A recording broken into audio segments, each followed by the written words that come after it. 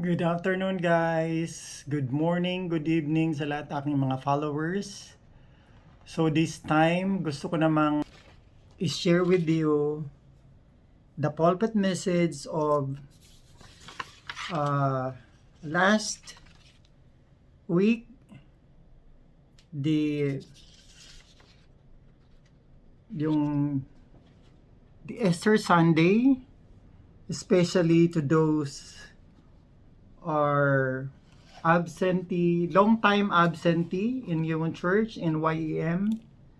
So this is for you guys, and also um, of course to all the viewers, to all my supporters na laging sumusubaybay sa ating mga reading of the Gospels. So this time ang I'm going to read with you. The title is The Witness of Jesus' Resurrection. Acts verse 2 to 22 to 32. So I'm gonna read it with you so that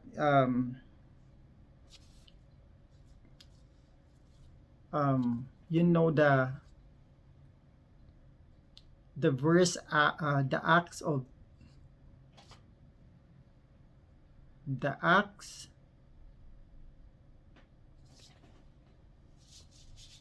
verse 2:22. Okay. Hanapin muna natin. I will look for it and then I will read it to you. I will share it with you.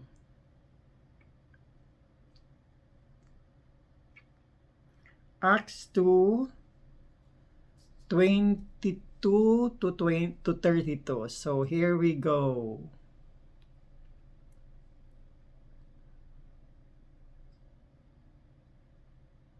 Ito po siya. Verse 2,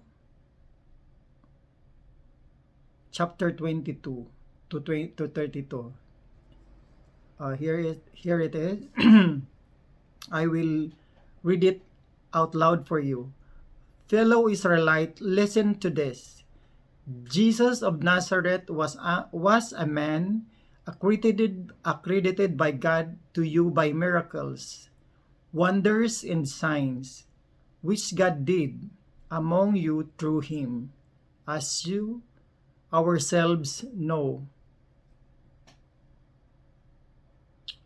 This man was handed over to you by God's deliberate plan and foreknowledge, and you, with the help of wicked men, put him to death by nailing him to the cross.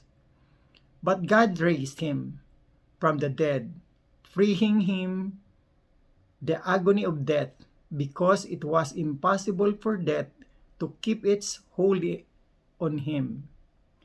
David said about him, I saw the Lord always before me. Because he is at my right hand, I will not be shaken. Therefore, my heart is glad and my tongue rejoices. My body also will rest in hope, because you will not abandon me to the realm of the dead. You will not let your Holy One see decay. You have made known to me the paths of life. You will fill me with joy in your presence. Fellow Israelites, I can tell you confidently that the patriarchs David died and was buried, and his tomb is here to this day. But he was a prophet and knew that God had promised him on oath that he would place one of his descendants on his throne. Seeing what was to come, he spoke of the resurrection of the Messiah, that he was not abandoned to the realm of the dead, nor did his body see decay. God has raised this Jesus to life, and we are all witnesses of it. So, yun po that is the scripture reading. That is the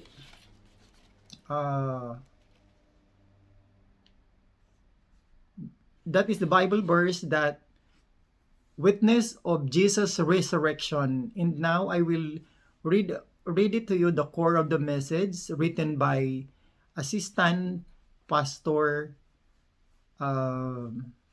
Assistant Pastor David Kim. And here is the pulpit. Peter stood up with the 11, raised his voice, and addressed the crowd. The core message of this proclamation was what?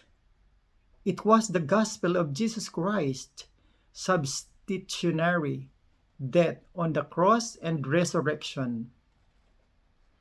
In verse 36 of today's passage, Peter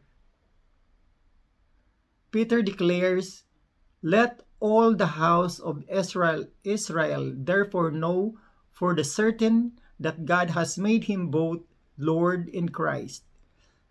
Excuse me. This Jesus whom you crucified, through the resurrection, God confirmed that Jesus was indeed the Christ.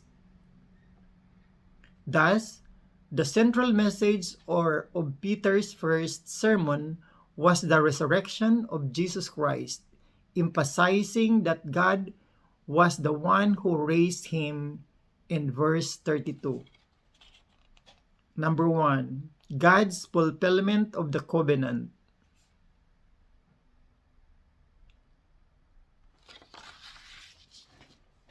The Spirit of Christ is the spirit of mission.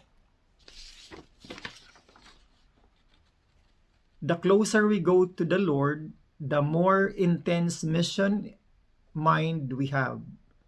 This is true. It is perfectly normal for us to have an intense mind of mission as we communicate deeply with the Lord and to live a biblical life. Surely, by the having 24-hour communication with the Lord, we are declaring the year of 237 missions this year and doing the covenantal challenge.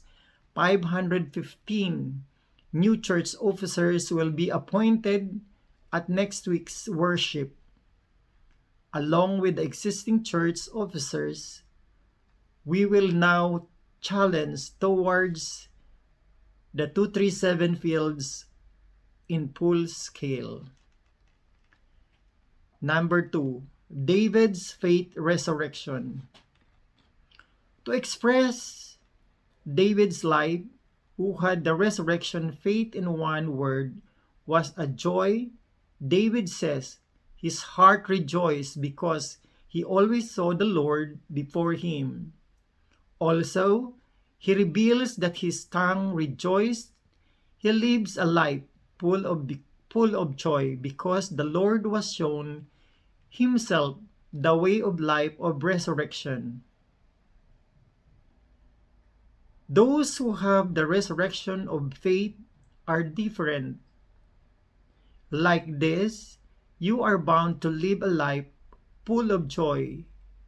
If joy has disappeared from your life, please meditate on the resurrection of Jesus. If you meditate deeply on the fact that the resurrection of Jesus connects to my resurrection through joy, thanksgiving, and through hope, will be restored. Apostle Paul proclaimed in 1 Corinthians 15 verse 22, Christ is the future, but what is important is that we still must live a life of experiencing the power of the resurrection. The resurrection is the present progressive form. May you have experienced the joy of resurrection 24 hours a day. Therefore, as Peter proclaimed in verse 31, I bless you in the name of the Lord, that may there be evidence that we will stand as witness of the resurrections. And for the conclusions, as we stand as a witness of the resurrection, Peter boldly proclaimed the message of resurrection to the extent that he confesses that he was a witness of resurrection because he received the power of the Holy Spirit. Everything was an obstacle until Peter was filled with the Holy Spirit, because he had the consciousness of a caterpillar. However, with the power of the Holy Spirit, he now has a butterfly consciousness. All the obstacles that were seen, he boldly proclaimed the fulfillment of the covenant of resurrection. What happened as a result? And there were added by day about 3,000 souls. Amen. So this is the pulpit message from the last worship, from the last service. I just read it to you so that all my fellow YEM members, you can review or you can listen to this. This is the pulpit message that I read to you right now. So because I want to share with you all this, even if you cannot come to church last Sunday, so you can review, and also you can also watch the YouTube channel of YEM Ministry, available in our YouTube YEM channel by the YEM English YEM Ministry. So you can watch to all the YEM members, especially those are long time absentee. So I pray that you can watch also all the message in the YEM Ministry YouTube channel. Amen. So thank you, and see you next time. By next Sunday, I will I will read to you also the message from today's worship, from this coming Sunday worship. Thank you.